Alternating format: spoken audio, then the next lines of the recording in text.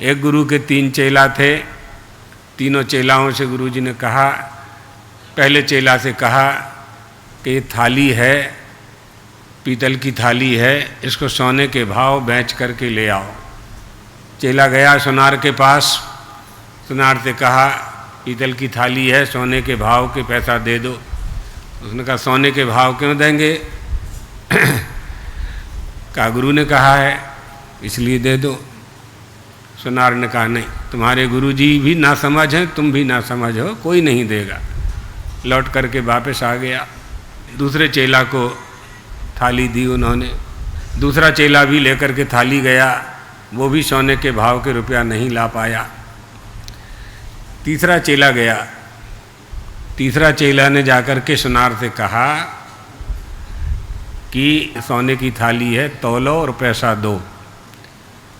उसने कसौटी के पत्थर में घिसा, थाली सोने की थी, तौला, उसको पैसा दिया। चेला पैसा लेकर के ऊपर आया। मंदिर का निर्माण करना था गुरुजी को। तीनों चेलाओं को गुरुजी ने इकट्ठा किया। ये कैसे ले आया सोने के भाव के पैसा?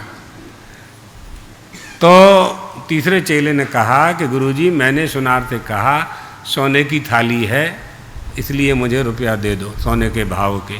गुरुजी ने कहा तुमने ऐसा क्यों कहा? थाली तो पीतल की है, तुमको मालूम था कि पीतल की थाली है।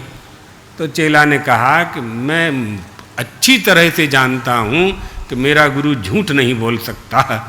आपने जब कह दिया कि सोने की है तो सोने की है, और वो सोने की हो गई, सोने की हो गई। गुरु ने कह दिया श्री राम आएंगे, आएंगे तो आएंगे, बस यही बात होना चाहिए। निष्ठा ही फल प्रदान करती है। इसलिए गुरु की भक्ति और चेला की शक्ति संसार सागर से पार करने के लिए फिर बहुत अधिक उपाय नहीं करना पड़ता है।